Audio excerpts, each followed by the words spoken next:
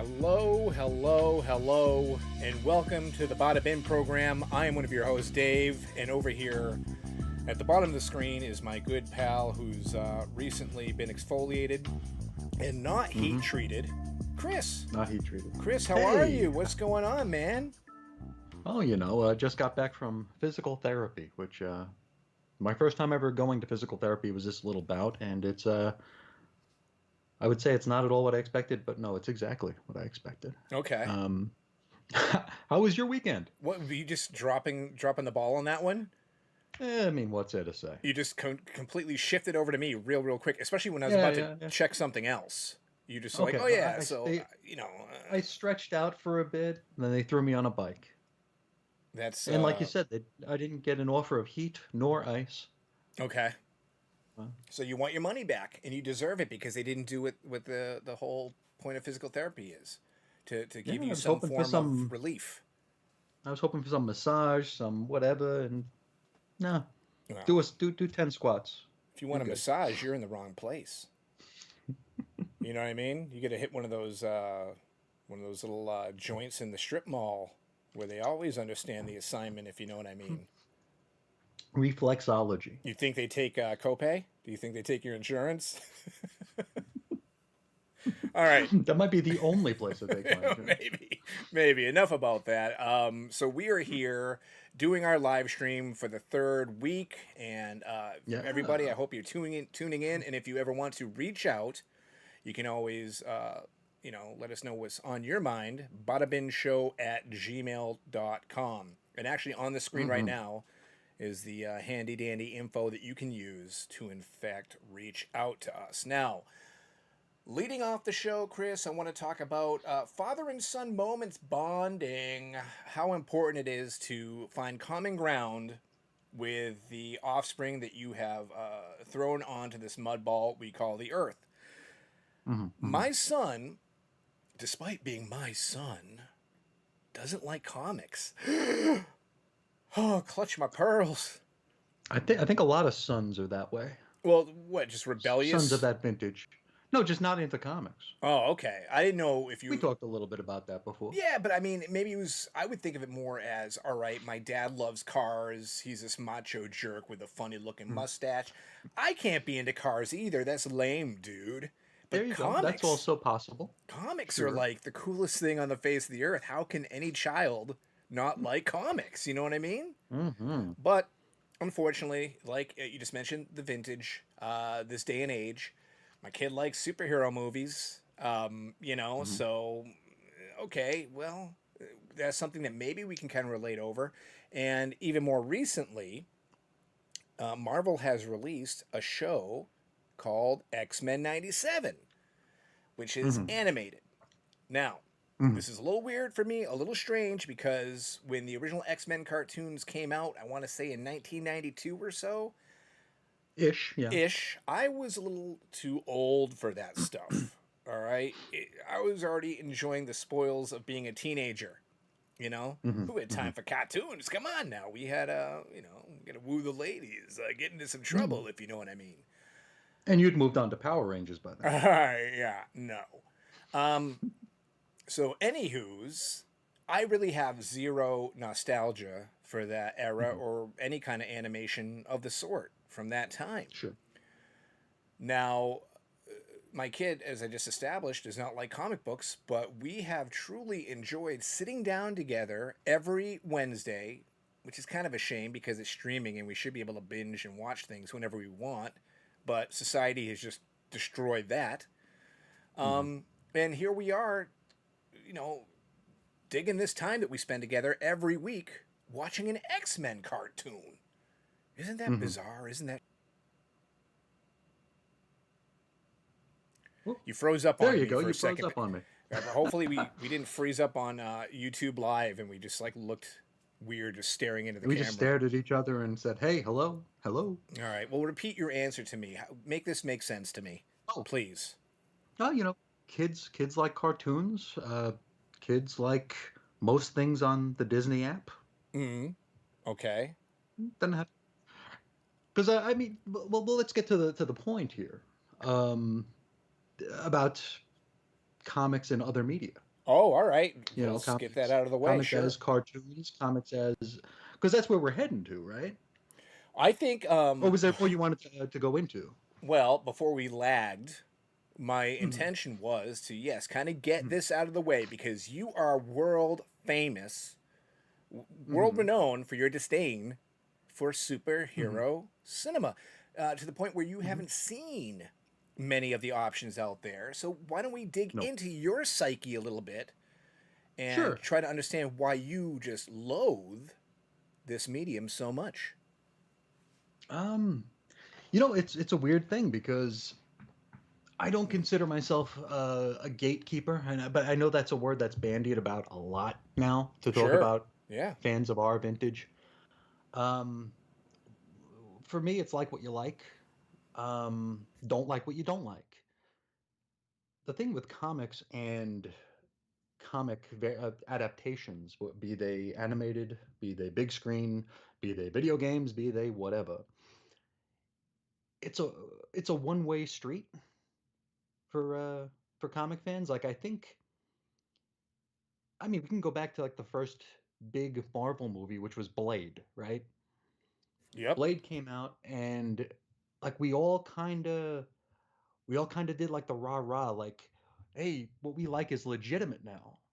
And even I was guilty of that, where it's like, oh wow, this is because we're coming out the bust, the boom and the bust of the '90s.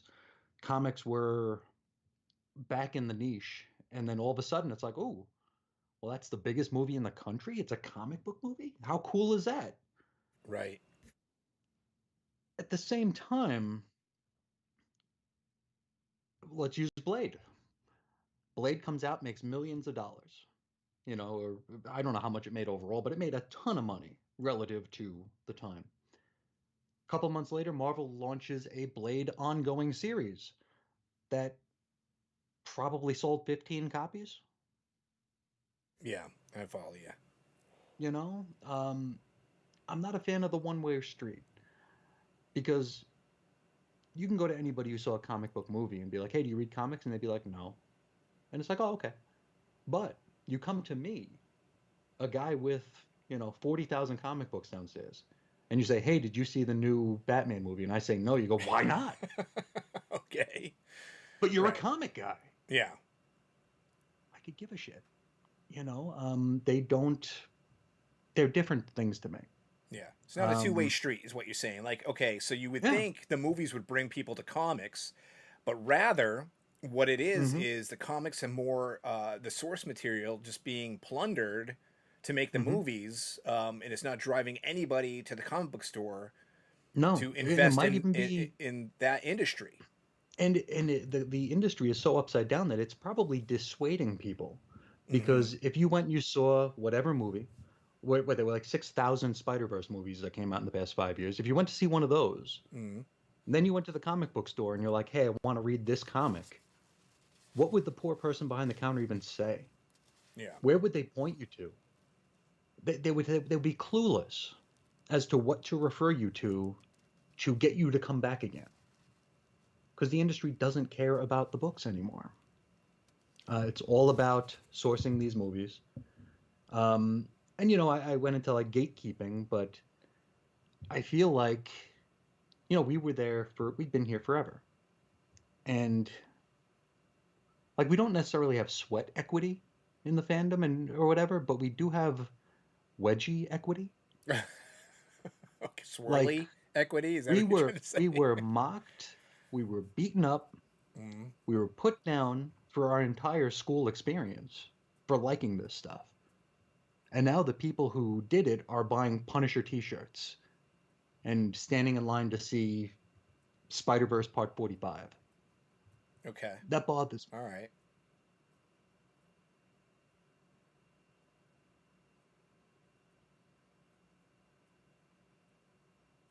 It looks like we're having a little bit of a lagging problem again. We are. Technical So difficulties. the internet is angry with your opinions. It might be. It probably is. It's like, screw you, It. anti superhero movie guy. We don't want to hear any of this trash on YouTube because we get so many people wanting to watch Mm-hmm. trailers up in this that we don't and need your react to negativity. them. Yeah, Oh, gatekeep this because sucker. we need reaction videos to every single trailer too. Don't get me started on that, please. That's something I cannot tolerate or dig. When when But was the last time somebody talked about a comic book? right, okay. Let me kind of give you from this angle here, okay? Hmm. Let's go way back. Hmm.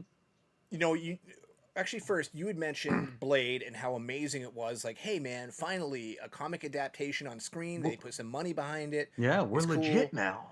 Right, but then even further back, you got Superman 78 or Batman Hmm. 89. I mean, Hmm. Batmania in 89. Whoa, holy Or just moly. Superman and Batman.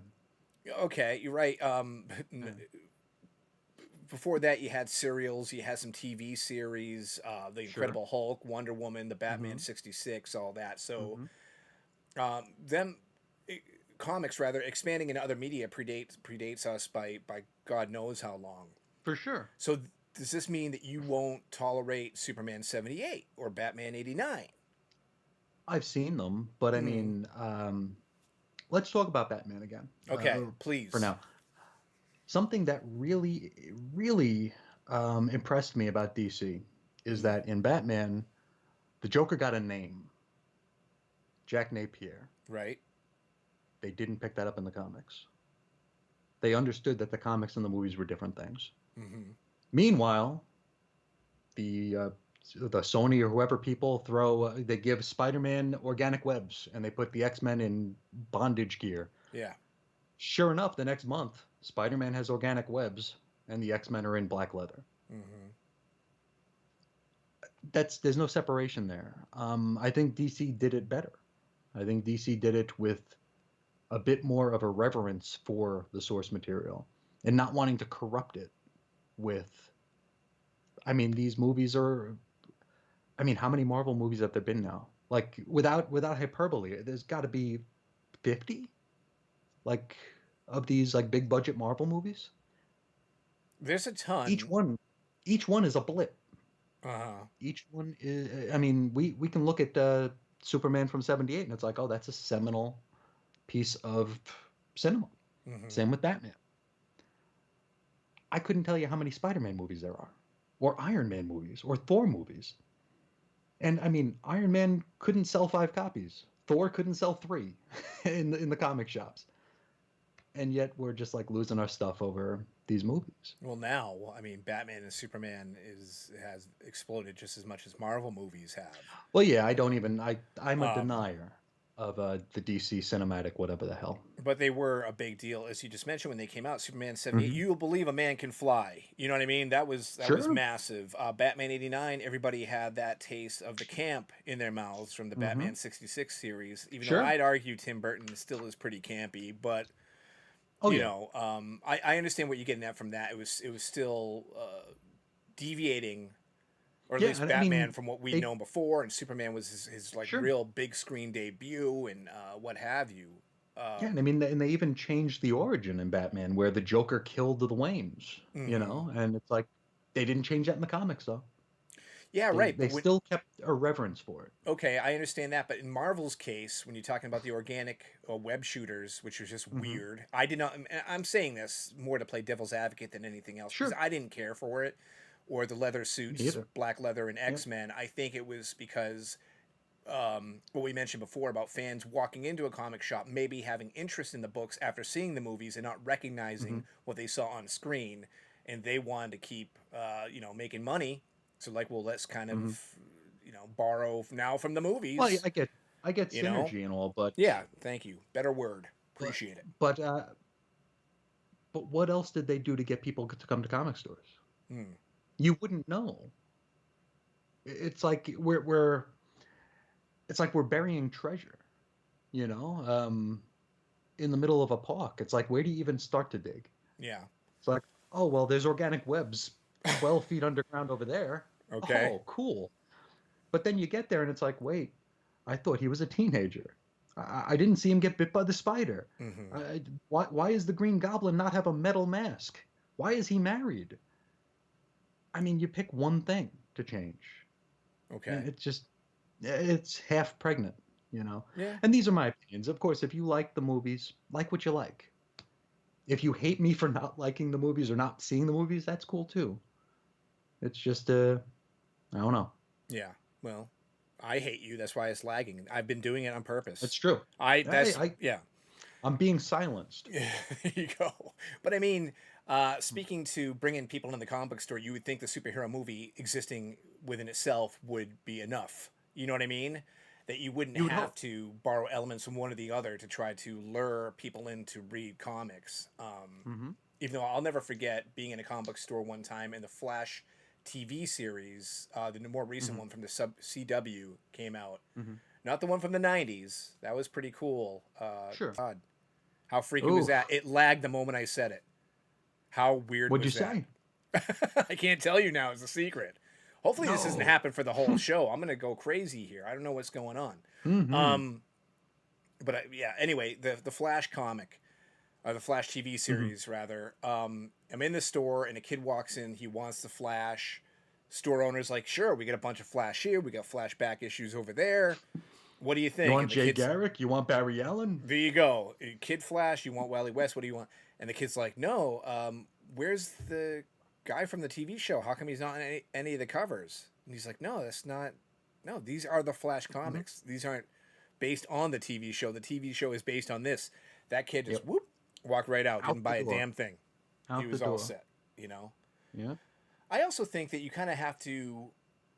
All right, so as fans, as long as that we've been fans, all right, I can totally appreciate your sentiments, where you're coming from, and it's enough to really drive someone mad. You know what I mean? Especially when Hmm. we talked about the scenario where the comics borrow elements from the movies.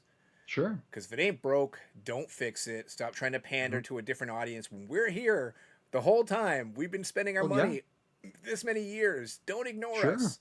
Um, but this, I almost have to put like different glasses on when I watch Hmm. films to be able to appreciate them, because I'm not like superhero film mega fan, but I can Sure. enjoy them, and I see most of them.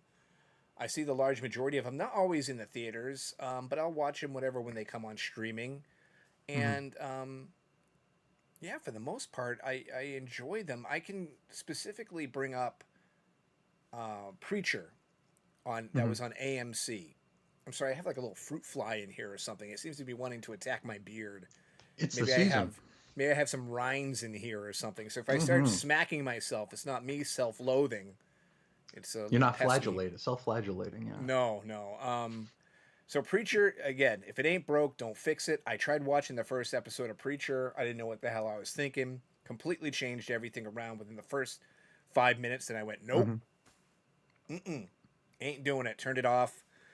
2 years later, I was at a lack for something to watch. I'm like, all right, well, let me give it another shot.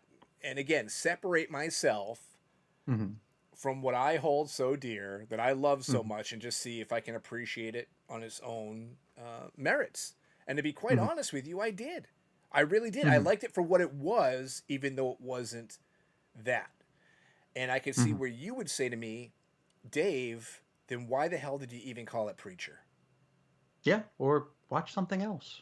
There's Okay. no lack of stuff to watch. There is quite a bit to watch. Even though, have you There's ever a found glut, yourself, you just keep scrolling? We have unlimited amounts of things to view, and and we we just never can't do pick anything. anything. Yeah. Yeah, Yeah. you know. But I guess your argument then, and your disdain, I'll use that word again, for superhero cinema, is just because you believe they did a poo poo caca doo doo da da on the comics themselves. Yeah, they're not doing anything to help. We see comic stores putting up movie posters to like why are the comic stores trying to get people to go to the movies? They're going there anyway. Mm-hmm. How about maybe put some comic store stuff in the movie theater? Right. Maybe put like some of those lousy free comic book day things there where like they can like stamp their store name on it. Maybe they'll go there. I don't know, it just feels I don't know. I mean, it just doesn't feel right. It feels like I had a point I was gonna make Uh huh. and I totally spaced it, but There you go. Blame the fruit it fly. happens. I think it was the lag and then the fruit fly that Yeah. that knocked me out of it. It'll probably come back. we'll be in the middle of a different conversation, but it'll probably come back. Well, for those who don't know you, they should realize you're also very picky to what you watch just in general. Because I've I'm recommended, picky about most things. Yeah. yeah, I've recommended series to you, and one was like on Freevee. You're like, nope, Yeah. commercials. Yeah, I Uh-uh. can't do it. Sorry. You know, and I was, excuse me, Mister Man, Mister Hey. Upper Echelon of viewing here. You can't do a 2 minute commercial anymore. Um, No. No. or if I bring up a superhero movie to you, oh, good lord. No, I Lord mean, have mercy. I think the last one there. I did was The Flash. I was like, hey man, The Flash actually isn't half bad. And you were like, Yeah, shut your no, I mouth.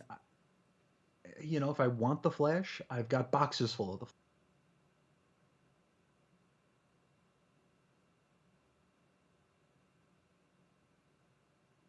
I think we broke up. Oh, We did. I don't know you what's back? going on. This There I we think go. we have to get off the topic soon because this might be the reason It this is might be. happening It to might us. I be. don't know. Like I said, we've angered somebody or what have you. But We might have. We might have. But hmm to wrap things up, if you sure, like the movies, that's cool. If your kids like the movies, that's cool too. I mean, I just wish it was a two-way street. I yeah, wish I wouldn't get weird looks as a comic book fan not going to see the movies. Because like I'll buy a stack of Batman comics. Like, oh, you're gonna see this movie? I say no, and it's like I committed some sort of sin. And hmm it's like I'm giving you money for these books. Why do you care if I'm gonna go to a movie or not? right, You know, I yeah, don't know. no, It's I, my it's my teenage persecution complex, I guess. Just did you still call it still the with me. the wedgie effect or whatever there? But It's the wedgie equity, yes. yeah, the equity. That's what it was. Yeah, but I mean, you know, I I'm glad I can bond with my son over something, and if it's a Sure. friggin' X-Men cartoon, so be it. Because that show itself really does play like a '90s issue of X-Men, and I could dig that. I can get behind that. Is it You know, still as bad as the first series of the cartoon I was? couldn't tell you. I haven't seen Oh, them. you haven't watched any of it. That's I right. don't know Yeah. anything about them, and I guess to solidify your point, we've watched X-Men '97, but it has not driven us to go watch the There original you go. series at There you all. go. So, Chris, you win. You win, my friend. You did it. Look at that. You're right. You were absolutely right. So, yeah. Well, maybe not completely right, but to me, I'm right. Yay, man. That's all that matters. That's all that counts. Indeed. So, let's transition now into more of the comics because last time out, I brought up some of the stuff that I was reading for the week. Yes. And I did manage to get a few more books in. I don't want to talk about everything, but there's a few in Sure. particular I was going to show you today. Permitted you don't mind? Do it. Hit Great. me. Do it. Do it. All right. Make it First thing. happen. What's that? Make it happen. I will make it happen. I'm doing it right now. Darn it. Do it live. I am doing it. That's what we're doing. That's what this whole thing is based upon. Okay. So Mm. surprise. Just in case you didn't know, Chris, you are live on YouTube right now. So the first book I got in my stack here is an image book called Ain't No Grave. Now, Ain't No Grave I bid on because it was a Western style book, and I say Western Mhm. style because I don't know what reality or universe this takes place in. Mhm. I think it's one of those deals where anything now it picks a genre, but of course it's not Mhm. really on Earth, or it leaves that little bit of you know Ambiguity. ambiguity. Thank you. You know Yeah. how that word was. I was groaning, making that noise. That's the It word I was on wanted its to way. say. There you go. Scotty Young and Jorge Corona were the creators behind this little yarn. And Mhm. did you hear anything about this book, or do you know about this book? It's the first time you've ever This seen is it. the first. This is the first time it's passing my There eyeballs. you go. I've popped your cherry on Ain't No Grave. There you go. But maybe you want to keep your legs crossed because while it's very stylistic and it's a pretty book to look at, Mhm. there's not much there story wise by the writer Scotty Young, whose art I've never really cared for. But hey, I don't know. Maybe the guy could Yeah. be a great writer, so I gave this a shot. Still, quite a stunning book, but you could have Mhm. pages where there's virtually zero text. So, in many ways, kind of Mm. a callback to our last segment there, I could see this kind of being adapted more to a That's that's streaming the show or something. that's the only reason it was written in the first place. Possibly. Probably. But I think Jorge Cordona definitely earned his paycheck on this, and for that Hmm. alone, it's worth the price of admission. So, Hmm. first issue, let's see where it goes. I'm subbing to it. I will continue. Ongoing or limited or Limited. Everything is limited now, guy. yeah. Even things that are ongoing are limited. What the hell are you talking about? Come on now. True. True. Just think about the words before It's they my come out of your mouth. it's my Pollyanna streak. I'm sorry. Okay. Next up, some more mainstream DC with Green Lantern number 11. Hmm. Now, Green Lantern, welcome to Cut Off My Sub. You have been pulled from the poll list. This book started with so much promise, so much, I don't know, just I was amped up for the new Green Lantern series. Because we compared it to the Gibbons Ween. Correct. It's Hell on Earth. I read the first 3 or 4 issues and I liked them. Mm-hmm. Then Night Terrors happened and I lost track of it. And it lost Uh, its way. It really did. mm, Because what you just mentioned with the Ween Gibbons, like it was a grounded Earth epic, yeah, cool. I want Hell to on see that Earth. for a Yeah, while. Let's see Hal on Earth for 12 issues, give us or a couple of years, sure. that. Yeah, Yeah, right. That'd be fantastic. Now, of course, it's Green mhm, Lantern, space-based character. You can't avoid it, but they really rushed yeah. back into it with this. So Oh, I think the Earth stuff was more just like a tease. Like, hey, yeah, man, just to reintroduce the character. yeah, just to Yeah. I don't know, man. This book, and it's a really beautiful book. Hmm. The artist, do you know the artist? Is Sandoval? No, it's and the reason why I'm asking you this is because we both Hmm. suck at pronouncing creators' names. So I say Zermanico, and of course I don't look this Oh, up yeah, because it's okay. spelled with an Yeah, I don't think X. I've. Yeah, Zermanico. Yeah. Xermanico. So I just say Zermanico, but his art is still fantastic. It's just the story. Sure. It's just Sure. I just don't, and the direction, man. You know what I mean? I feel like I've been lied to. I've been Hmm. bamboozled. You tricked me, Jeremy Adams.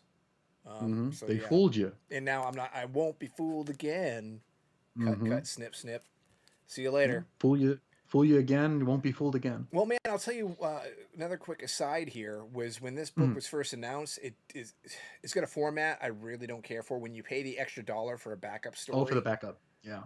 I'm like, don't do that to me, man. I really, just come on.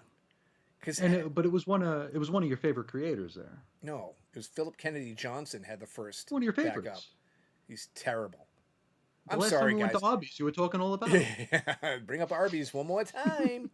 But no, I am not a fan. I really do not like his work. And, I'm sure it takes effort. I'm sure he's a hell Sure. of a nice guy. Don't send me any emails about defending PKJ. For me, though, his work just blah. So when I found out he was the backup, I was like, oh, I got to pay an extra dollar for something I'm not going to read? Really? Sure. Caramba. Ay, caramba. Let's stay with the big two here. Captain America, number 9, with It your went favorite 9 issues writer. without being canceled. It's still going, baby. Wow. Wow. I think Still the on the last one street. only made it like 8 No, it's no. The last one, oh no, I with know it Lansing went. and Kelly or whatever. Yeah, I think it went at least 12. Oh. Okay. Yeah, I think we're at least 12 with that. But Captain America, number 9, Straczynski, J. Michael Hmm. Straczynski, and Jesus Says is the artist on this book, and thank God he Hmm. is, because okay, we just mentioned Green Lantern. We want an Earthbound story a little while for Sure. Green Lantern, harkening back to a different era that we grew up with. Hmm. A lot of people will tell me, hey man, you should always stick to your roots on stories. You know what I mean? And I'll say, well, Sure. I love Swamp Thing in space. How not, Hmm. to the roots of the character is that? Sure. Here we have Captain America dealing with demons to start the series, and now he's kind of an agent between the brother and sister life and death. And he's on the hunt for mutants to help assist the good guys in that war. Yeah, it's all right, but I'll give it a chance, though. You know what I mean? Why Hmm. not? I'll give it a chance. And it's just the last couple issues have been really ho hum. Is there a scene every issue where he gets bamboozled by an iPad? No, no, not Okay. technology isn't fooling him. In this one, he gets Okay. fooled by a penguin, um, which makes me think of an old Boston Aquarium commercial. I want to walk like a penguin. Well, Steve, you walk like a penguin in this one. You sound like a penguin. Not a great issue, but again, the art is just freaking top notch. I can't Hmm. get over it. I can't get over how talented Jesus Says is. It's just Hmm. unbelievable. And so, if it was a fill-in artist, which we've had during this series already, this would follow the Sure. route of Green Lantern into the poll for my poll list pile. I'm serious. And the thing was too, when this book first launched, even though he was like fighting a demon, Hmm. J. Michael Straczynski was smart because he did keep to the core of Captain America's values, and Hmm. that's what you want, that's what you buy, you know. So that was great, but you guys better keep Mr. Says on this book, otherwise you're Mm. losing my. How much did this thing cost? $4.99. $5. I Yeah. paid less than my sub discount, but still, you'll be Sure. losing it. But That's still a decent clip of cash for sure. well, it is to Yeah, folks for like the you and I, Chris, because we poll. yeah, Okay, especially for the guy who wrote the worst Superman issue ever created. we're just full of rays of hope this time around, huh? Ain't we though? Well, he's not on Superman anymore, so that's okay. No, this is many, many moons ago. But Yes. keeping on the topic of Superman, my back issue Mhm. read that I would like to detail today is Action Comics 777. I don't know if you Okay. recognize this little ditty. I get a little bit of glare here. My lighting situation probably Mhm. needs some serious work. But this is a Joe Kelly and Cano joint. So Mhm. yeah, it's You say you don't remember this issue? I'm sorry, was Uh, I not from sight. I'm sure I read it, but the cover doesn't really okay. say Well, anything to me. this introduces a character with a terrible name called Mhm. Cancer with a K, Okay. who, and I can't believe I'm going to be able to say this on the show for the first time because this is a super duper inside joke. Um, but you know what he kind of looks like? Hmm. Any guesses? This Fing is Fang Foom. his foreskin. This looks like Fing Fang Foom's foreskin.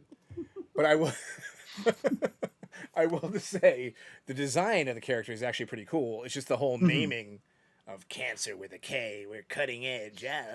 Look at us. Wowie zowie. Not so They great. they can copyright it with a K. Yeah, there you go. Yeah.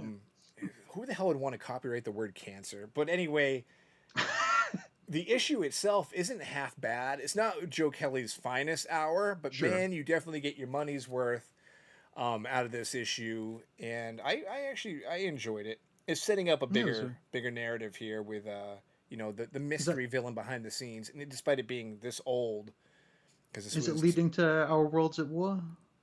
in a way yes, but Okay. it is establishing a DC villain that hadn't been seen or heard from in a long time, and is actually featured in a film. But this is 2001, so That could be anybody. I'm trying I'm trying to keep away from the spoilers, despite it being. Bartox? Yeah, Vartox is back, baby. Hairy chest included. But nope, it Mm-hmm. was Action Comics 777. But I will say, if you see this on the cheap, because, I mean, a buck, $2, buy it. You're definitely going to Sure. get your money's worth and then some, you know? Yeah. Most turn of the century Superman's worth at least $1, except for Man of Steel. Oh, geez, yeah. Man of Steel was something else. But yeah, those are the ones I picked. That's a 50 center. Yeah, dude, birdcage If lining. Can we just change the vibes? Completionists only.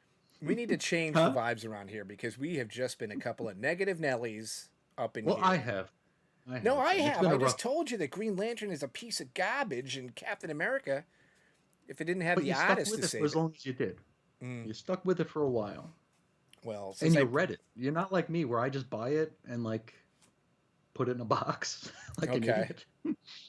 fair enough. True, true. Okay, I'm So you better than actually read you. it. You put in the sweat equity. I You did. I put in did. the peeper equity. Yep, Yeah. I sure did. I read it and I read that. Well, dude, I'm so behind, and I'm sure this is like a thing with everybody, and I'd love to hear about it. So tell me how Oh far yeah. behind you are on reading your reads at Oh yeah. badabinchshow@gmail.com, because I mean I have a couple short boxes of material I've yet to get through. And Oh is sure. how do you like? Okay, for me, and yet again another interesting question to pose to the Mhm. audience.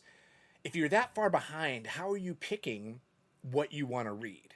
You know what I mean? Like, what is it Oh that's yeah. that's okay? So, for example, Green Lantern, I knew it was going south, so it's Hmm. like you kind of hope one of the issues will pick up enough to make you want to Sure. keep it on the poll, so it gets a little bit Hmm. of priority from there, despite it not Oh being yeah. great. You know what I mean? But Hmm. I'd love to hear how people's selection process works. So I think a lot of people are like me, and you get a backlog like nobody's business. You Oh know what I yeah. mean?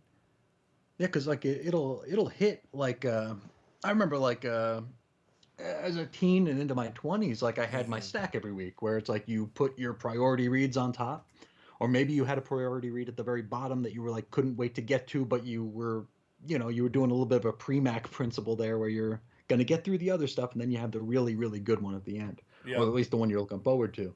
Mm-hmm. And like I would devour these things in an evening. And I bought stupid amounts of comics back then. So it's like I still read everything Marvel and DC put out like in a day Oh yeah. and was like hungry for more. And then like when you get into the mail order stuff, probably around Marvel Now and New 52 era, Mm-hmm. it's like that stack just like kept growing and growing and growing, and then it reaches a point where it's like gonna fall over, and you're like, I just gotta file it. Yeah. I don't know where to start. There's just no good place to jump in because you hadn't read the books in months. You weren't really enjoying them so much when you stopped reading them, Mm-hmm. clearly. And it's like, where do you even go? Yeah. Where do you start? I'm to the point now where I read when I get my DCBS box. There's one book in it that I read, and I get way way more than one book. Right. It's so I read Batman. That's it. I read Superman too, but now they're in crossover, and it's like I don't want to deal with crossover. House of So Brainiac, it's baby.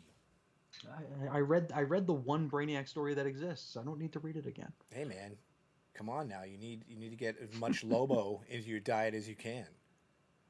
Yeah, I don't dislike Lobo, but I also I, Chris, I Lobo read the is I read the one DC's Brainiac story. Wolverine. It's DC's Wolverine, and if you cannot consume as much of that as humanly possible, my friend, you just don't know that life is worth living. Okay? You ever hear of the one shot called The Wisdom of Lobo? Mm-mm. It came packaged in like there was like a little box set that came out probably mid 90s. And it was one of the miniseries in a trade, and I think there was just a random, not a random comic, but there was a comic, and then there was this thing called The Wisdom of Lobo. Okay.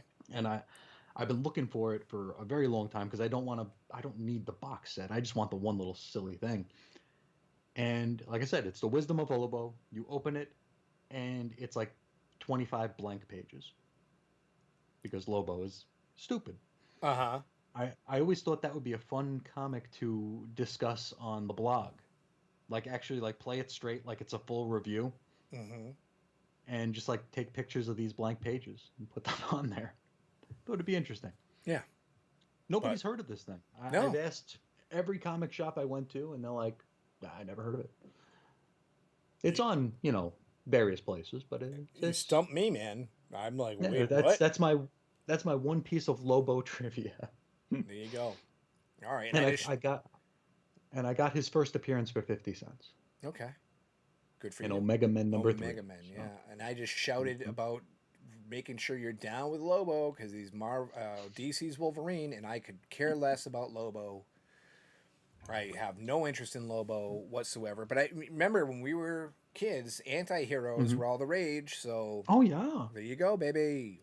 No, and I liked Slobo. You remember Slobo? Mm-mm. No. Okay, well Slobo was at the time it was a Peter David character, but Okay. at the time it was assumed that Lobo was de-aged into like a teenager. Mm-hmm. So Peter David brings him in and joins Young Justice back in like 98, 99. And it was really funny because like he was still Lobo and like fragging this and what Giesel's nuts or whatever, Giesel's jizz or whatever, some weird stuff that Lobo always says. But it was coming from this like 12-year-old kid, so it was kind of funny. They changed it and it was like he was a imperfect clone or something. But Mm-hmm. uh but I thought that was a fun story. And I liked when Marvel took Lobo in a non-copyright infringible sort of way. and had him fight Deadpool. That was a pretty fun one. I don't remember what they called him, but it was Christopher Priest's run on Deadpool, where they brought in Lobo and all but name, and it was pretty fun to see the two anti-heroes of the early 90s in the same space. Sure. I own all that But too. other I than that, I don't remember that one iota. I couldn't. oh yeah, So yeah, I I'm glad you remembered it because I sure as hell didn't. So there you go. we put we put a lot of wedgie equity into Deadpool too before Mm. everybody decided they liked him, even though he Let's can't maintain a series either. let's talk about more things that people just absolutely completely don't remember. How about Nuff Hmm. Said from Marvel, the silent issues, or even let's go Oh even yeah, farther, Day of Judgment from DC. Anybody remember that? No. But then you get a couple of schmucks on YouTube Live who sure do. Underworld Unleashed. Oh, caramba. That's low, man. All right, so Yeah, let's move on, dude. You want to do some emails? You want to cue those up? We got a sure. couple correspondence from this week. Yeah, yeah. Electronic mail. I think that'd be interesting to get into. Well, let's get into the AOL box here and find out what's going on. Okay, we have mail. Yes, we have mail. Yeah, there you Let's go. start with Eric here. Our friend Eric here, he writes in and he says, Dave and Chris,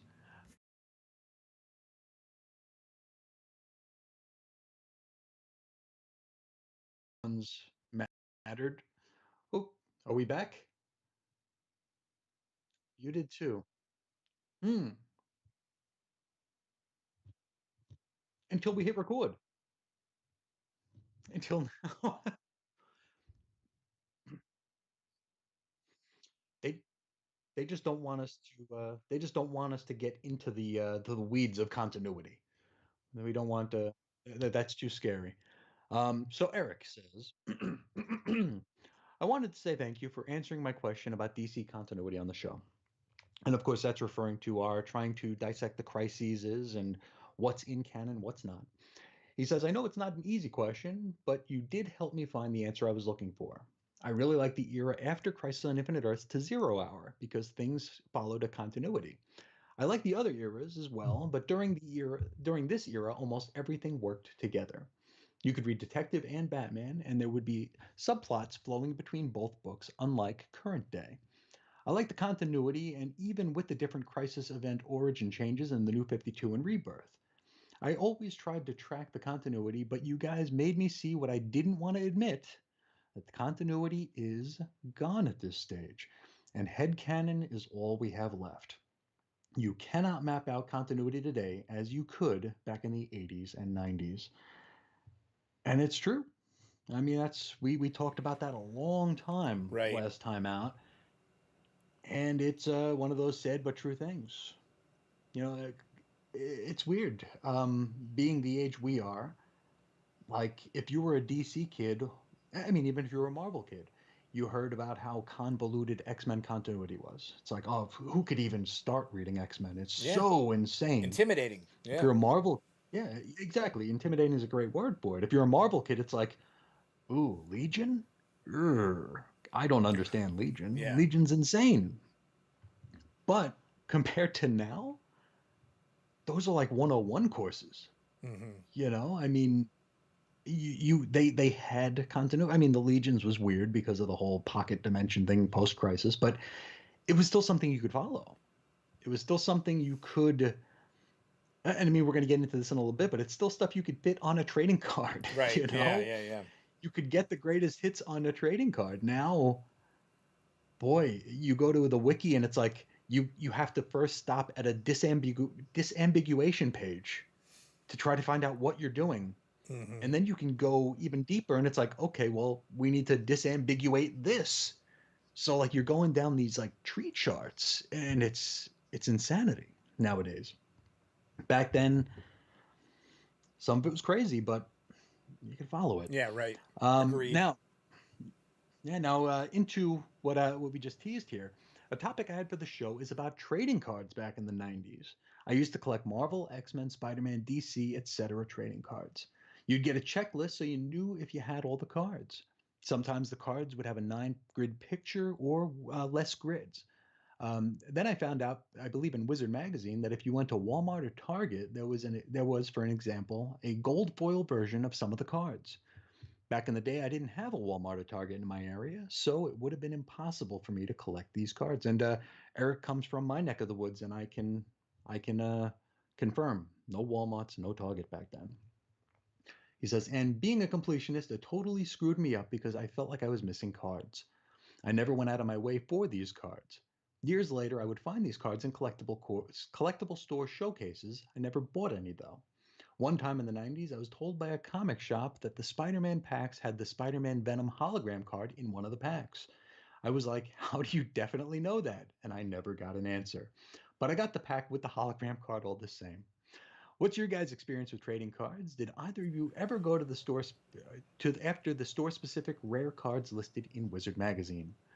And he says, sorry for the long email, which never apologize. These are great, great talking points. It's always fun to hear from you. And thank you for introducing this because I don't know about you, Dave. We didn't really talk about this off the air, but Mm. trading cards were a huge part of my collecting experience back in ye old They 90s. were How awesome. about you? They were great. Absolutely. I mean, who didn't love like the original series of Marvel trading cards? It's like I already collected baseball cards, so to get Mm-hmm. my favorite characters on a card, I thought it was even better. And Oh, yeah. as far as him talking about gold or different kinds of versions of cards, The store exclusives, yeah. okay. For me, I think the extent was just finding that hologram card in a pack. Mm-hmm. And I didn't collect everything, mind you, because due to the success of the original Marvel series, I know he had mentioned the Spider-Man ones and this and that. Oh, yeah. I The X-Men ones, the DC Cosmic Teams or hmm whatever, I yeah. think Spider-Man ones actually had like Eric Larson's art on the pack, if I remember correctly. So I didn't go There that were a few series, yeah. okay. I didn't get that far down the road into them. Mm-hmm. And as far as a recent memory of them, I had a big old fat binder of 90s Marvel cards and Mm-hmm. I made a move, massive move in my life. So I was trying to like get rid of things I didn't really care about or wasn't passionate about anymore. Gave Sure. that to a buddy of mine in Massachusetts, said, I'm hitting the road. These are all yours. Do with them what you may. Mm-hmm. Then COVID happens, whatever, 5 years later, and I see people going gaga for these things. Like Oh, yeah. eBay is just the prices are insane with these old Oh, Marvel yeah. cards. And so I sent him a text. I said, "Hey man, if you want, feel free to sell them. I gave them to you. You can cash in on them now. Do whatever you want. I'm Yeah. not going to ask you for a penny of it because also that's not me. I'm not into selling. Sure. We've discussed like I'm more of Yeah. a trader than a seller." Yeah. And he was like, "Hell no, man."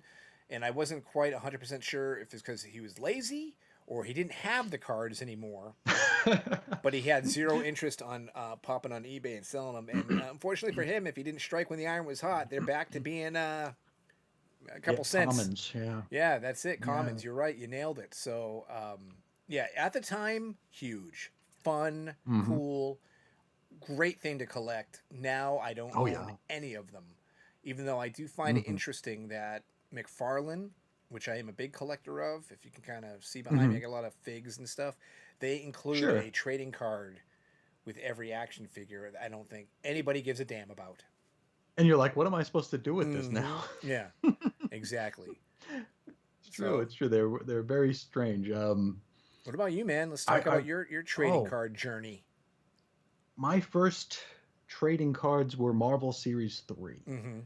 I believe they were 1992. 1992. I was 12 years old. Everything was perfect. Nothing was ever better. But I remember me and my buddy, we go to the comic store, Amazing Comics on Gillette Avenue in Sayville, New York. And the trading cards there, everything is more expensive at a comic store, or at least it was. Now, I mean, action figures are ridiculously priced anywhere you go. But like I remember the X-Men action figures there were $10 each when you can go to Kmart and get three for $10. Sure.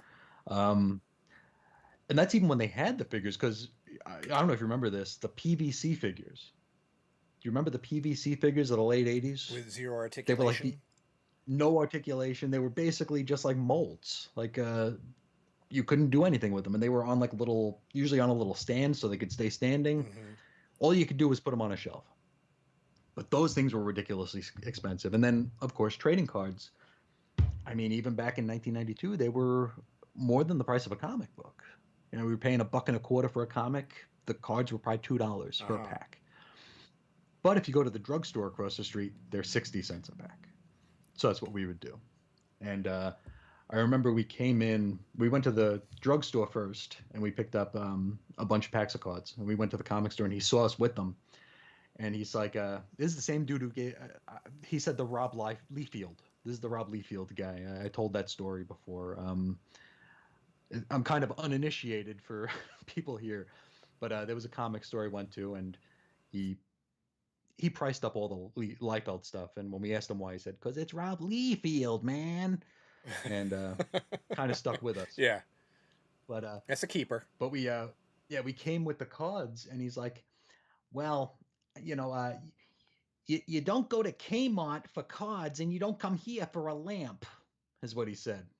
And it was like, okay, man, then lower your prices. But that was our first sets here, and the cards were such a big deal that if you did buy them in a comic store, the person who worked there would ask you to open the pack in case they wanted to buy anything back from you.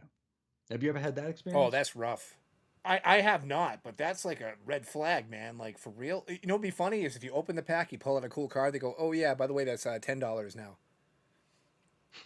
It's No, no. I mean, Leafield, when you man. pay for them, you get them. You Yeah. get them. But like I remember, like my doubles. Like I would trade my doubles back to them for other packs of cards because it's like I already have a Wolverine card. I don't need three more. And I remember buying a pack at the comic store, and it had three slapstick cards in it. You remember slapstick? Yeah, I mean, it's had its revival since everybody found the wiki page. Steve Orlando found the wiki He page. did, and he's going to write a new Um, slapstick series coming this fall. the Marvel Wiki randomizer at work. But it had three slapstick cards in it, and it was a rookie card. And I have my binder here, so I can actually pull the damn thing up. See if I can find the old slapstick here. This is good audio, good video here. Here, I'm searching a binder Only the best. You for know, stuff. we've had so many technical issues this episode. Why not just spend a segment of you tearing through a binder? Yeah, there he is, right there. The slapstick rookie card. Worth a Had billion dollars. Well, there were three of them in the pack. I already had one, and the guy offered like three packs of cards for the three of them. He's like, "I'll give you another pack of cards for each slapstick." And I don't know. I'm guessing he thought slapstick was going to be a far bigger deal than it was, but it was not. Right. Very much not. But it was such a weird culture around the trading cards too, because I mean we talk about speculation and how that goes nuts with comics, but in the trading card world, like it was almost more so because I mean you could be getting more bang for your buck, right? Mm-hmm. Even if even if you're buying a pack for $2, you're still getting maybe 10 trading cards in it. So they're like 20 cents each. If you get them for 60 cents, you're getting them for a steal. So the return on investment opportunity or potential is astronomically more than buying a comic for $1.25 and then hoping it goes up to $1.50 or $2 eventually.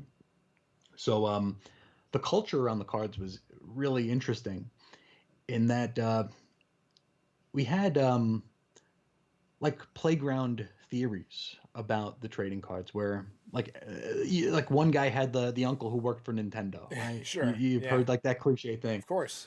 So you'd have like the one kid who cracked the code on the Marvel masterpieces, and it's like, okay, and when they open the box, if you go to the top left corner down four packs, that's where the card's going to be.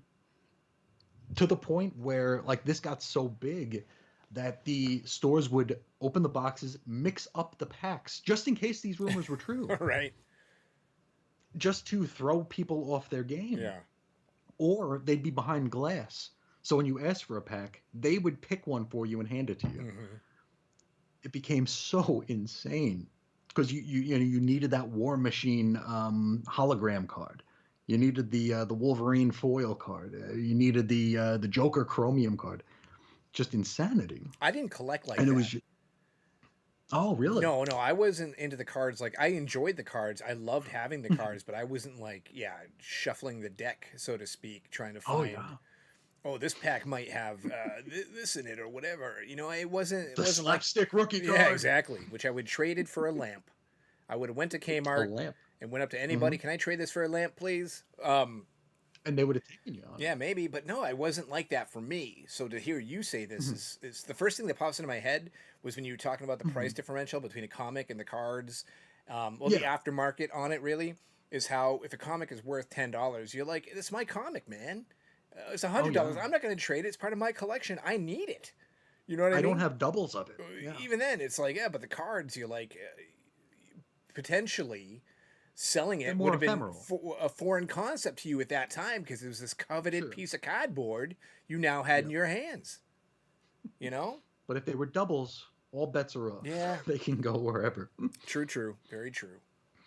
Now, and something that trading cards now are digital, which I can't wrap my mind around. Well, there are It's like some. you could buy a digital pack of cards. Why? Why? Mm. The whole point of it is having something tangible, at least to me. At least to me. I mean, what do I know? Uh, It's I so NFTs, man. Come on now. Get with the times. well, I've heard of those too, but but there are actually like Marvel trading Mm. cards that are digital, Right. which I don't get. I could find those pictures anywhere. It doesn't mean I have a collection of them. Speaking back on those I McFarlanes, now they come with a digital collectible, which I couldn't even tell you what the point of having that is, but what? yeah. So you'll get like a digital image of some figure, and it's your digital collectible. Okay. Yeah. Wow. Imagine being in the Ah, market on those, right? It's like, I'm sure there is one. Is the oh thing. yeah, I just don't know absolutely. how they work. Well, I mean, If anybody's watching yes. and knows this, Mm-hmm. please educate us because we are Bada Bin quite Show ignorant to at this. Gmail. Yes. Yeah. And I'm only, this is an assumption here that certain things are Mhm. serialized. Same thing with NFTs, right? Only one person can technically own the NFT. But if you Yeah, wanted unless you to, hit right click save as. yeah, right, you could screenshot the thing Yeah. and you have a version of it if you really want to enjoy it. But for collectability's Sure. sake, you need to have that original digital whatever. But yeah, I it's don't some get it. weird foreign concept. Very nebulous. But Yeah. back to trading cards, right? Because I went through Mhm. phases in trading cards. I Okay. mentioned I liked baseball cards when I was a kid. As I got older, Sure. something that really intrigued me and got me my juices flowing again for collecting cards was the relic card. And the relic card would The have what now? relic, Hmm. so it would Don't have know what that is. a piece of like game used memorabilia in the card, Oh, okay, okay, sure, or sure. like a swatch of a jersey, or a splinter of the Okay, bat, or a piece of a base. And I thought that was the coolest thing because it's kind that of is cool. getting you closer to the game. So I was huge into Hmm. collecting those and serialized autographs, Hmm. which were of course legit autographs, not something that someone would Yeah. go outside of a hotel and get.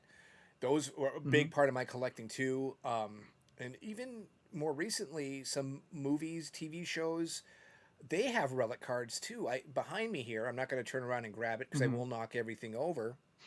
And despite him being on the outs in Hollywood, Lex Luthor was played by Kevin Spacey in Superman Hmm. Returns, and I have a relic of his, a piece of his suit. The TV show Okay. Lost, love the TV show Lost. I have Sure, sure. pieces of Locke's pants and Sawyer's shirt and cards and stuff. Oh, interesting. Yeah, those are really cool to have. And I guess we Yeah, could liken those maybe to like a sketch card as could far be. as Yeah, I comic mean, yeah, I related mean, they stuff. are they are individualized. I mean, they are one of a kind. Unique, yeah, or. Yeah, yeah, they're novel. Yeah, Mm-hmm. I yeah, because like, what was the campaign? The Find Reggie campaign. The Reggie Jackson was it? Where like he signed cards for some baseball set. Mm-hmm. And like that was like the big thing to get you to buy these cards. Like, oh, this is the Find Reggie series, so you can find his signature like legit in the packs, which is pretty cool. And I think you're not a wrestling fan, but they did something similar with some of the mats. Like they diced up the mats into little squares, and those were put on cards, I believe, as well. So it's very, very interesting stuff. Very cool stuff. Was the mat significant? Like Andre the Giant farted on this in It was WrestleMania it 2? was it was WrestleMania 12, I believe. Mm. And it was just, this is a Met where these matches happened, and just pretty cool. Can I ask you a wrestling question right now, just off the Yeah, top of my sure. head? Because I have a friend, I don't know if he's watching right now, who Hmm. has a love affair with a current wrestler Hmm. named Ronda Rousey.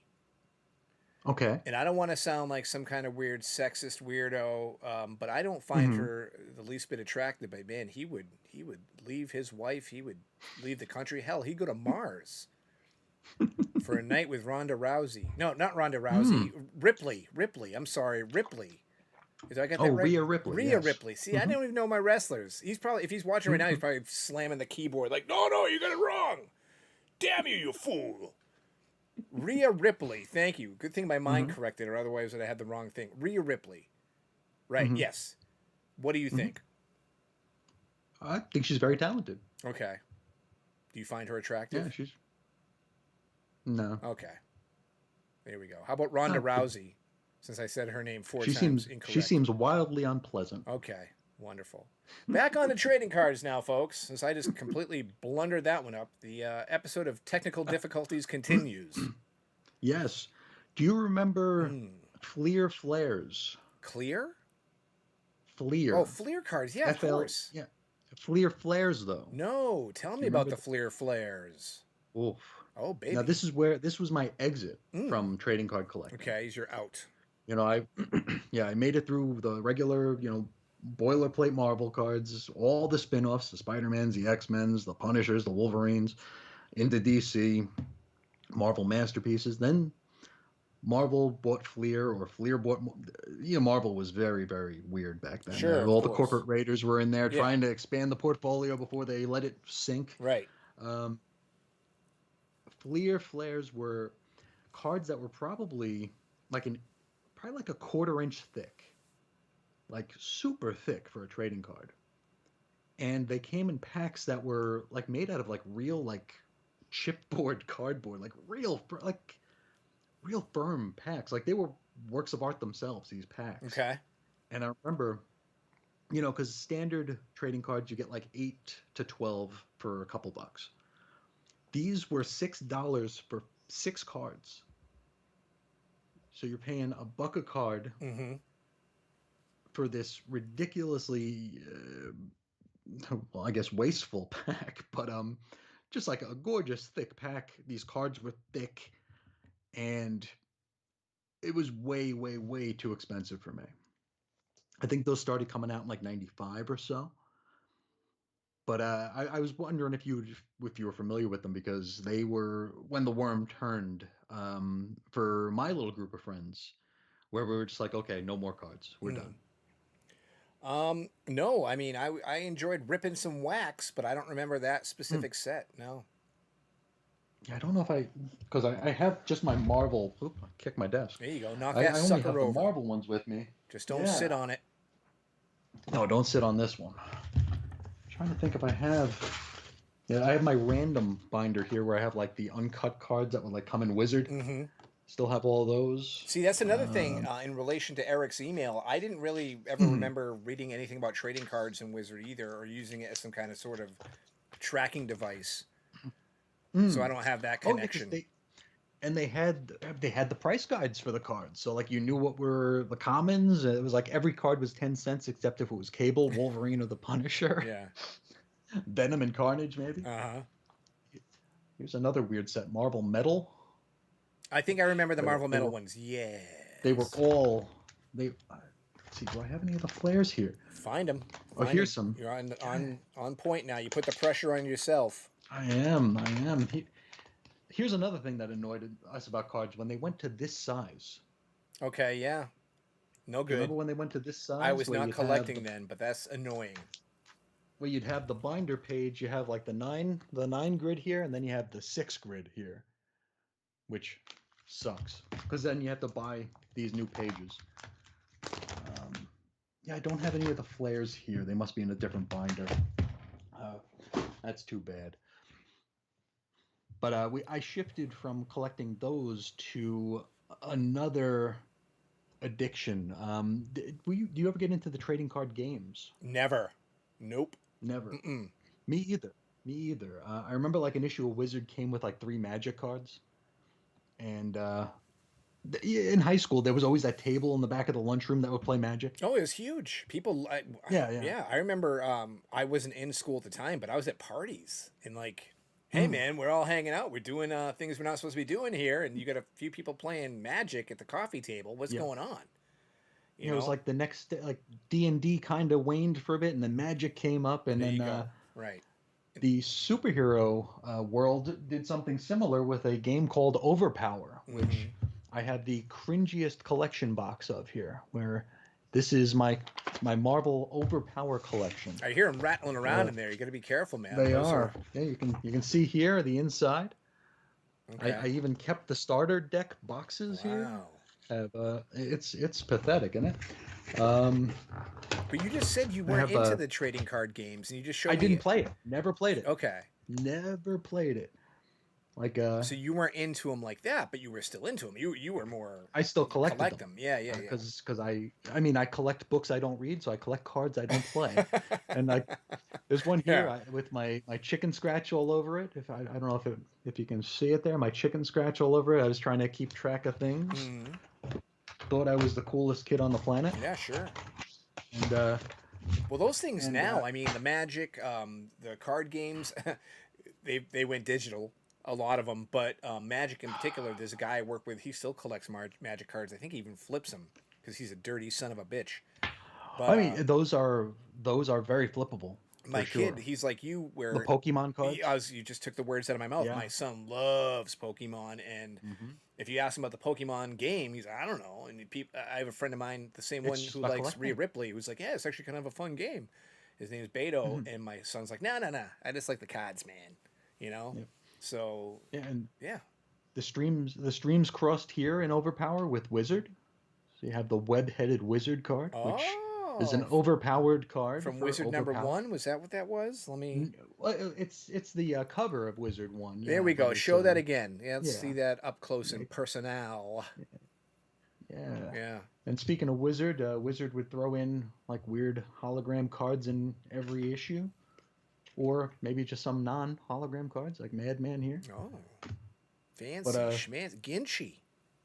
yeah, even that. And then you have your regular foil ones that are in the fourth case down from on the right side. Uh huh. You know, the special ones here. And we talk about slabbing comics, Yeah. which I'm not a fan of, but I have no problem slabbing a card because you can still see both That's sides not of a it. slab. You It's not. You can slide poser. it in and out. Yeah, It, yeah, it, yeah. it No, no. comes in and out. Yeah, but I think, but if they were slabbed, I wouldn't have a problem with yeah, it. but grading cards predated grading comics. It's always been a thing. Like, Yes. yeah, the Gem Oh yeah. Mint. 10, Gem man. Mint. Yeah. We need Don West to flail around on screen to sell us the Gem Mints. There you go. Right. Gotta get my Gem But Mint yeah, in the there. but the cards were a huge part of the fandom, and it's one of those things. As the world goes digital, there's less of a demand. Hmm. I don't think they're financially, sustainable because I don't know what they would even charge for a pack of cards now. Well, You know, I buy my son what plenty do of you think? Pokemon cards, and those range Mhm. anywhere. I mean, because they are everywhere, you can go to like a pop shelf and buy them for $3 a Sure. pack, and then go to Yeah. a comic store, and that Go to a same comic pack is store. $6 or Target Yeah. or what have you. So yeah, I mean, but anywhere in that range, you know. Mhm. Yeah. Baseball cards I stopped collecting, so I couldn't even begin to tell you. But here's my last Yeah. thing about the topic that I want to tackle Mhm. with you today. I Sure. know if I walk into a comic shop and they have like Dick Tracy the movie trading cards on the counter and they're like a couple bucks, I'll buy a pack. I'll go for it. Okay. If they had something like that, let's say Marvel cards from '92 sitting there for like $3 a pack, would you buy one and bring it home and rip it open for nostalgia's sake? I bought a few packs, but I wouldn't have bought those because I already had the set. But I had bought Excuse like me. sorry, I Yeah. don't do doubles. Oh yeah. Um, I did find one of those like 30th anniversary Spider-Man packs. Mm-hmm. It was like $1 at a collectible store. Grabbed a couple of those. Didn't open them. they're still sitting in a box somewhere unopened. But maybe one day, who knows? Okay. Well, if you had a love for cinema, like I somewhat do, those Dick Tracy Hmm. cards would be right up your alley. I think But I have some Star Wars cards here actually. With from I think Return of the Jedi cards are in this binder. mhm. I think I saw them. I could be mistaken, but I used to collect those. I lost most of them. Okay. Now they're not here. Well, Eric, I hope you're happy with what you've done by asking this question because we've devoted a large portion of the show to Christopher's trading card collection here. And he's Mm. really enjoying showing them off and dusting them off Hey, for our I got enjoyment. one more here, which Okay. is as 90s as you can get, Really? Let me get a closer look at that. Hold on. Combo man, there he is. I like and combos. it's a 5 minute prepaid phone card on Mm, top of it all. great. You remember Of those? course I do. You better believe your Oh biscuits boy. I did. I used to use calling cards. Who didn't? Gonna call your girlfriend out of state.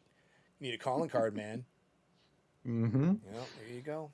Chris is on the case. You were chomping at the bit probably when you read this email. You're like, oh my Oh, God. I could. cards are one of the things that Reggie and I did, we did a show called Real Comics History, because we did Weird Comics History Mm-hmm. where we went into like obscure stuff, and then we Sure. did Real Comics History where we would pick a year and discuss it.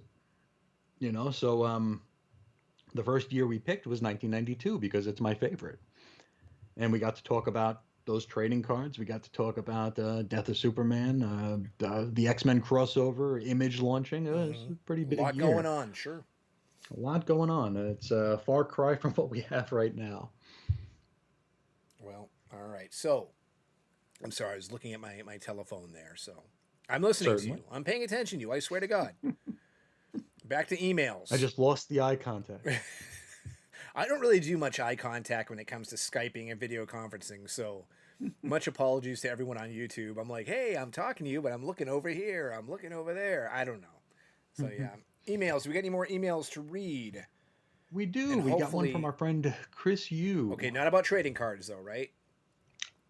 We'll see. Okay, all We'll right. see. Let it rip. Now, he says here the topic of variance was the highlight of this episode for me.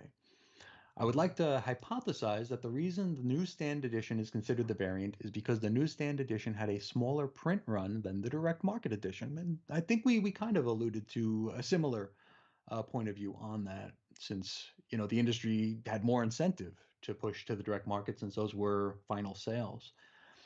He continues, since modern variant covers have a smaller print run than the basic cover, less equals variant. I was surprised that neither of you mentioned oh, Whitman variants. Hmm. They predate Man of Steel #1 by years and have become a subgenre of collecting all to themselves. What do you think about the Whitman variants? You're asking me. That wasn't part of his email. It's just my opinion. Oh no, he mentioned them, and I figured I Oh, would okay. turn it into a talking Oh, point. all right. Very. Look at you, you radio pro. Hey there. Hi Hey, there. Hey cats and there. kittens. There we go. Hey, cats and I do kittens. not seek them out. I do not look for Whitman variants at all. To the point where I don't know, man. If I got a Whitman variant, because I've seen a lot of Whitman variants on old Superman stuff. Yep. Yeah. I almost feel like if I have a Whitman, I still need either the Yep. newsstand or direct because I don't really have the issue. Yeah, if it's a Whitman, I send it back Okay, waiter. because This Whitman is because cold. one thing the Whitman is lacking Mm. is the damn issue number. Oh, hello. There's no issue number on the That cover. does help. It is important. It does. It does, and I've gotten a few Whitmans through like random boxes of comics. Mm-hmm. So like when I bag and board it, I gotta like put a piece of like colored tape on the front of it with the number on it, so I know where it even goes. But I really don't care for those Whitmans at all. Because I've actually seen some.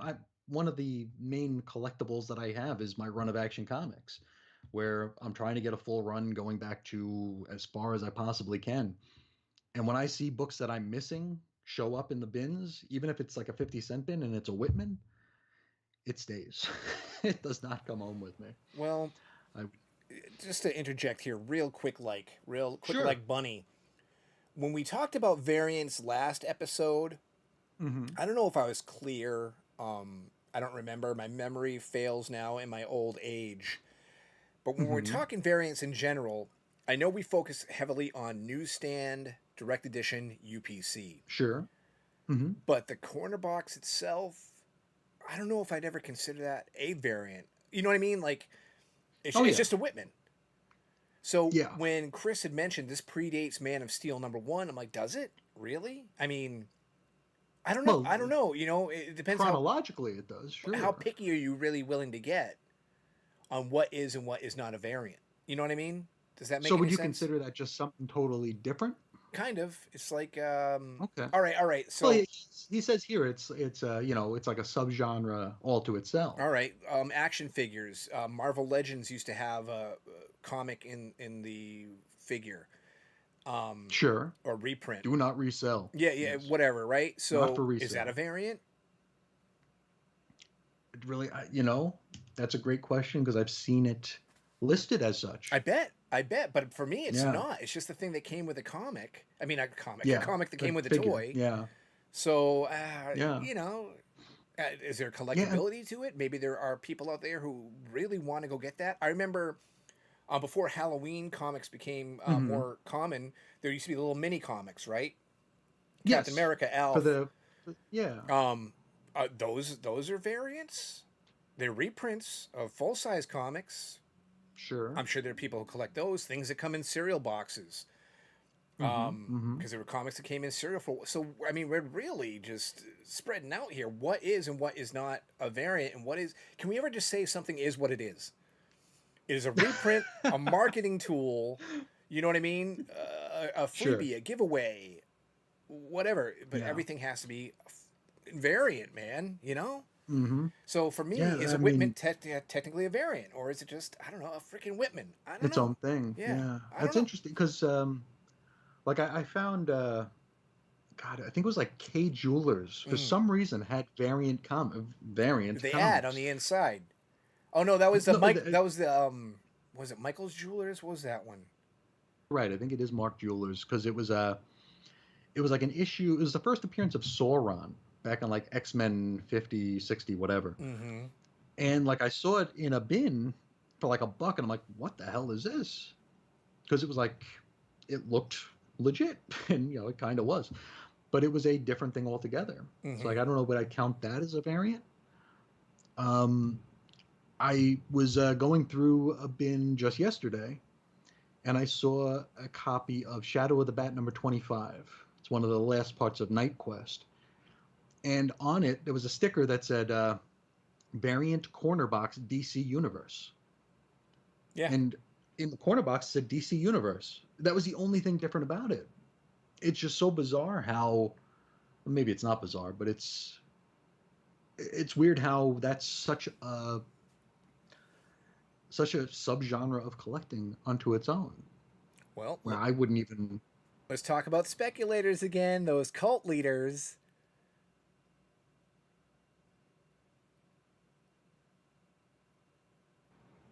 Oh, geez, internet There you doesn't want us are. talking about You speculators. were there. Let's You're gone burn this again. episode. It doesn't count anymore. Everything we said is all This null is and the void. missing episode. This is the Yeah, lost episode. this is it, man. For some reason, And now you're frozen, but I can hear you. oh, really? Okay. Well, as long as you can hear me, that's Yeah, a positive. Hopefully, Skype will catch up. I Anyway, guess. speculators, they suck. Cult leaders is what I call them. Everything has to be given a title. Everything has to be sold. So there you go. You want to continue with Chris's email before we Yes, freeze up again? yes, for sure, for sure. He continues. Onto the topic of issues that should be worth more than they are. He Ooh. wants to see that revisited. Okay, I Hey, like you're that. back. He says, it's a topic that can go on forever. For Mm-hmm. me, it would be Avengers number 212. This is the Avengers versus Gorn and the Elf Queen. This is the issue where Yellow Jacket blasts the Elf Queen in the back after she'd already been convinced to stop her attack by Captain America. Without that attack, Hank would never get court-martialed by the Avengers. He'd never slap the Wasp, and he is not known as a wife beater for the rest of time. Plus, it was literally the first comic book I read. You familiar with that issue? Elements of the issue, but I think all he needed to say was it was the first comic book I've ever read, and it's already Yes, worth $1 billion. Congratulations, this is Chris. true. You. Yeah, I did a little bit of research when I wrote my Anatomy of a Slap piece for Chris's on Infinite Earths, where I kind of took issue with the fact that Hank Pym is only known for slapping his wife, and I sought to try to contextualize it because there's a lot of back and forth on that. It's a very, I mean, to me, it's an interesting topic. To most people, it'd probably be like, "What the hell are you even wasting your time with?" But the context there is very interesting. The fact that the writer and the artist can't seem to agree on what the slap was actually supposed to be is another very interesting nugget of the discussion, and I suppose potential acrimonious, whatever the hell. But Well, there you go. It's a interesting stuff. plug. Chris is on InfiniteEarths.com. Go read about this slap. Hmm. Yes, and despite the fact that everybody named Chris on Twitter now has Chris's on Infinite Earths as their name, Yeah, I was first. there you go. Back to Boom. Chris U. Mm-hmm. As to the topic of dun dun dun DC Yes. continuity. Ooh. To him, it's all the same continuity, from the Okay. first comics in the Golden Age to the current issues on the racks today. Let me explain. The first continuity we ever had was the stories of the Golden Age. That continuity was essentially thrown out with the introduction of Barry Allen as the Flash. His first appearance even says that the Golden Age stories were just comic books. Then, of course, we got Flash of Two Worlds, where all the Golden Age continuity was folded back into the new continuity in what I would call the Silver Age multiverse. That continuity would be overwritten by Crisis on Infinite Earths, which gave us Earth 1 plus some refugees from other Earths jammed in. Okay. This would be the Earth 85 stories Chris had mentioned. I'd never heard that term before, but I love it. But that was overwritten by the reboots of Man of Steel, Batman Year One, Perez's Wonder Woman, Hawk World, Atlantis Chronicles, and etc. until Zero Hour came and said continuity starts here again. Okay. But things from the old continuity still bled through into this new continuity. Byrne's Krypton is not the same Krypton from the 2001 Return to Krypton storyline. The 2001 Krypton borrows heavily from the pre-Crisis Krypton. Flashpoint would happen and it changed continuity again, but Flashpoint could not have happened if the pre-Flashpoint continuity had not already happened. The early days of the New 52 had several Earth 85 moments as well. Were Roy and Corey Titans or not? Was Superman killed by Doomsday post Flashpoint? No, at least not until I had heard a story that bled through from the old continuity. Say what you will about Hypertime, but it is the best in story explanation we've ever been given for how everything that ever happened actually did wind up happening. Dave's example of headcanon is what Dave's example of headcanon, what continuity should be, but it's the writer's headcanon that matters. If he wants to reference a past adventure, then it happened. No one ever complains that Superman never shoots a mini Superman out of his hands anymore, but technically, that story was part of a Silver Age multiverse continuity, and it could be brought back even next month if the writer has it in his head canon. And I would buy that issue as well. But in the end, it doesn't really matter. These are all imaginary stories. He's What say right. you? He's right. I mean, Yeah. first off, you gave nod to my headcanon thing. So if you acknowledge anything Hmm. I say as Hmm. being gospel or true, great. It's I'm true. totally behind that. But he is right too. Yeah. What he just said at the end, kind of relating to the headcanon, the writer's headcanon. Hmm. If Superman, something happened in 1960 or 1950 and he wants to revive it, then there you go. Yep. But I will say Oh yeah. this, that it has much more value if the reader has actually read that issue and not just gone Mhm. on the internet, saw there was a post on Chris's on InfiniteEarths.com or something reviewing such an issue and then said, wow, that's really cool, let me incorporate that into what I'm doing. You know what I mean? Mm. So yeah, what would you like to add to his email, which was very well written per usual. Oh, So we absolutely. thank you for his contribution. And I think he had mentioned it might have been an email to NML Crossing where he Mm-hmm. mentioned that he viewed the continuities as Russian nesting dolls, where Yes. like the smallest one is Golden Age, then the next biggest one is Silver, and then because it takes elements of everything and makes it into the whole. Mm-hmm. the whole of the continuity. And I think there's a lot to that. And I also, what are your thoughts on hypertime? I have none. Zero. None. Zero. Okay. I have nil opinions on that whatsoever. Um, Are you familiar with it as a not concept? not overly. No. Why don't you Okay. educate all of us on hyper time and how it affects Okay. us in the real world? This was a Mark Wade Yes. creation Right. from I think it was the Kingdom number two. Kingdom was like the kind of half-hearted follow-up to Kingdom Come, Uh huh. and in that it basically said that everything happened. It's kind of the theory, and I mean this is a theory that exists as a theory in the real world as well, where you know you pull up to you pull up to a fork in the road, and you go right or you go left, but in theory both happen. Mm-hmm. You know, that's where reality spurs out. There's a spur that says you went right, there's a spur that says you went left. And both of those stories continue, regardless of which one you took. And then you have to like quantify that by the fact that everybody has those decisions every minute of every single day, which means everything is possible. Everything happened, everything didn't happen, everything could happen, everything couldn't happen. It's just a real, mind screw, but it makes it so I mean, it makes it so editors have less to do because Hypertime did it. Hypertime did it. But I think it's an interesting concept for sure. I don't think it was explored as deeply as perhaps it could have been because I feel like it was a solution that needed a problem rather than a problem that needed a solution. If that makes Okay. sense. Yeah. Sure. Where it's like, oh, I had this really cool idea, and oh, by the way, it could do this too.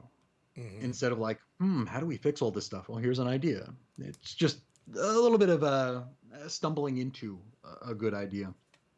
But unfortunately, that happened around the turn of the century when DC was getting their itch, the crisis fetish itch, where it's like, Mm-hmm. okay, we need to have crises again. We need to restart everything again. We need to bring back the multiverse again, but only 52 Earths. Oh, wait, no, an infinite amount. No, no, back to 52. No, no, an infinite amount again.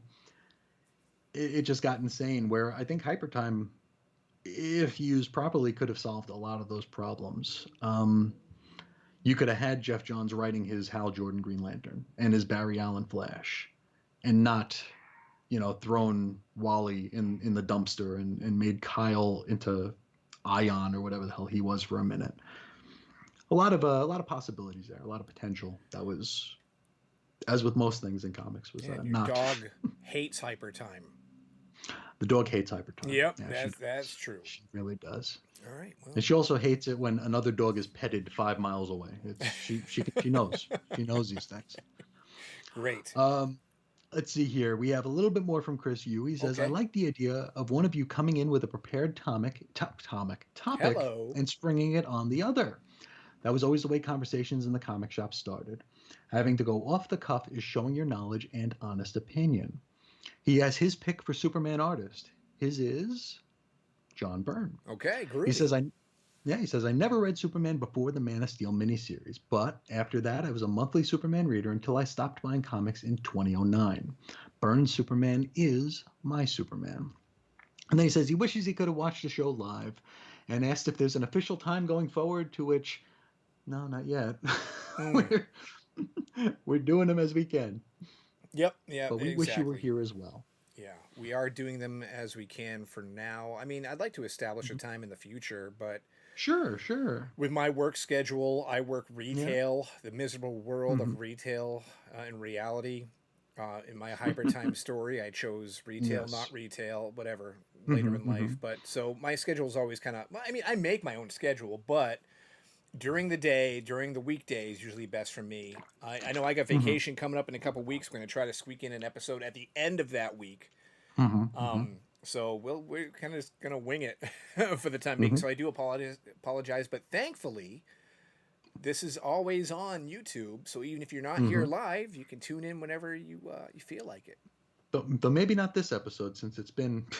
It might just disappear forever. I This one know. might go away.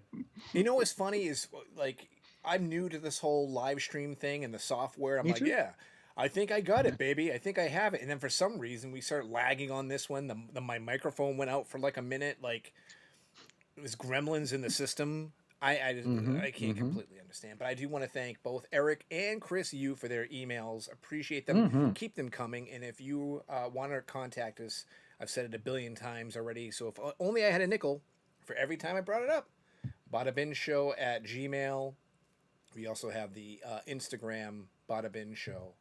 And Mm-hmm. in response to Christopher Yu's email, not about the timing of the show, but impromptu questions, something off the cuff. Yes. I have a new one for you this week, my friend, and this has to Ooh, deal with aesthetics. All right, aesthetics. which I Okay. guess like last week, who's your favorite Superman artist? It's all based on how Mm-hmm. something looks. It's like I True. don't like Dan Jurgen because of the way he thinks about Superman. I like the way he draws Superman.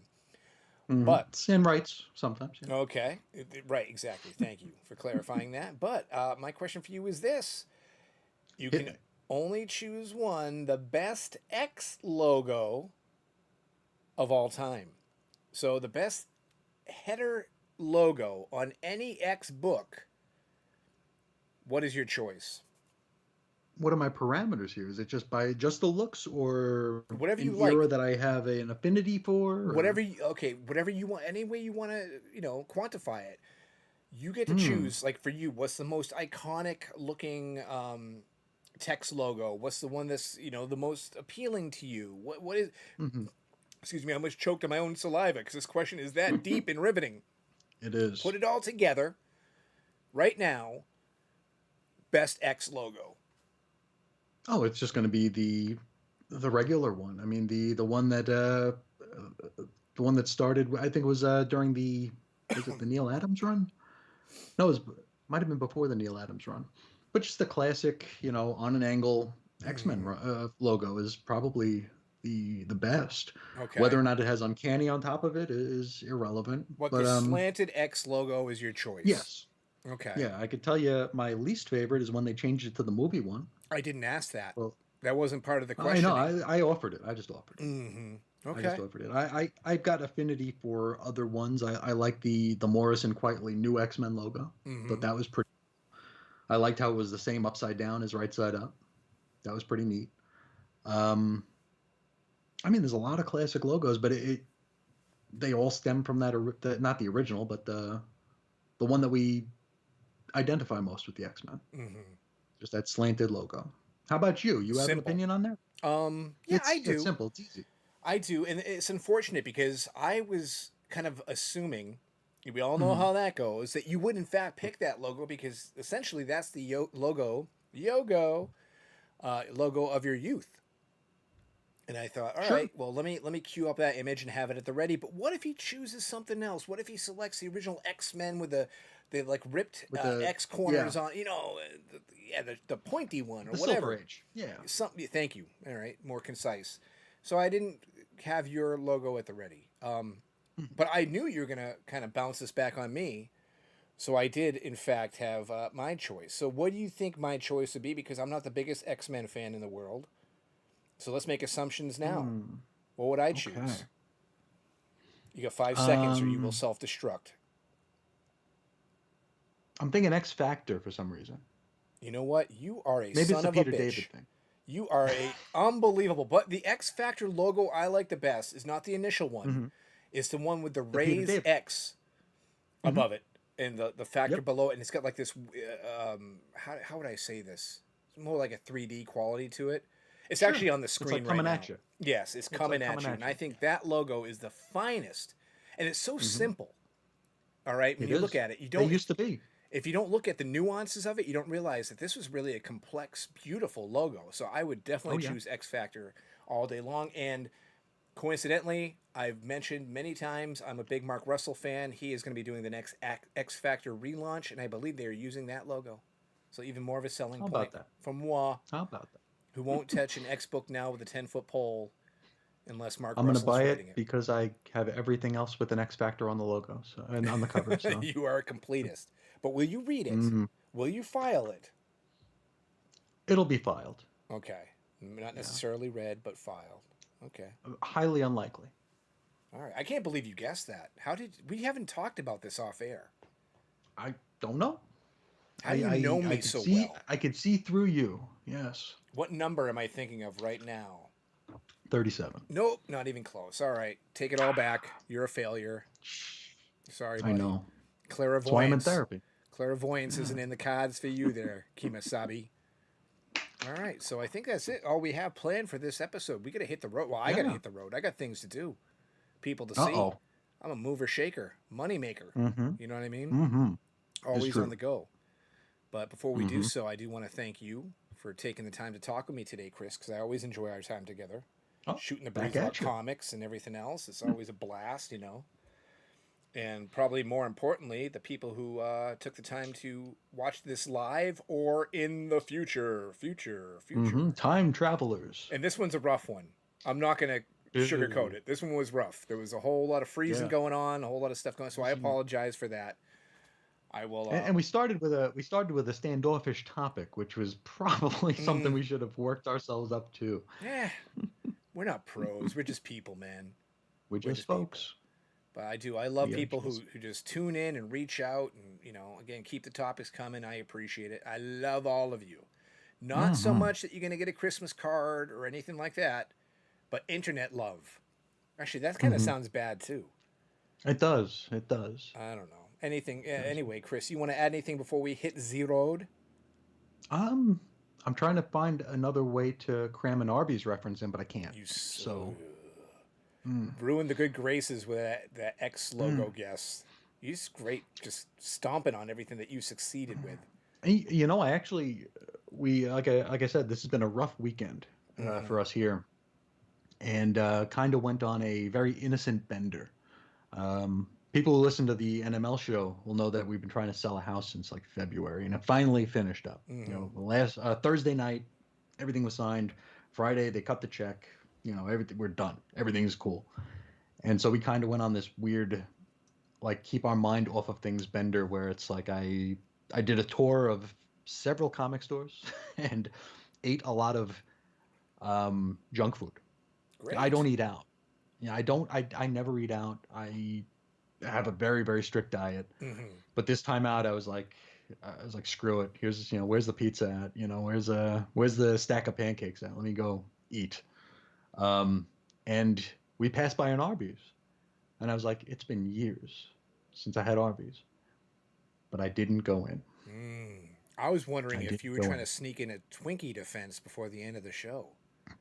A what now? Twinkie defense. You never heard of the Twinkie defense? I don't. Oh I my haven't. gosh. All right. Well, I don't know if we get a lot of time to explain it. So I guess in a nutshell, there was a dude who committed a crime and then blamed the fact that he ate Twinkies before he committed such acts, and that his sugar was Was too he high. acquitted? I believe he Was he was. I acquitted? believe it worked. I believe the Twinkie There you defense is a go. legitimate thing, and hence why it's now in the public consciousness. So there you go. Not mine, but I'm not part of the public. No, you are not. You are not. Go back to your cave, hermit. Mm-hmm. All Mm-hmm. right. Well, that be that. I'm Dave. That's Chris. This has been the Bada Bim program, and we will see you next week. On what Mm-hmm. day, we can't really say. We But can't reveal it. no, we can't. But for now, thanks a bunch. We Mm-hmm. out. See you next time. See ya.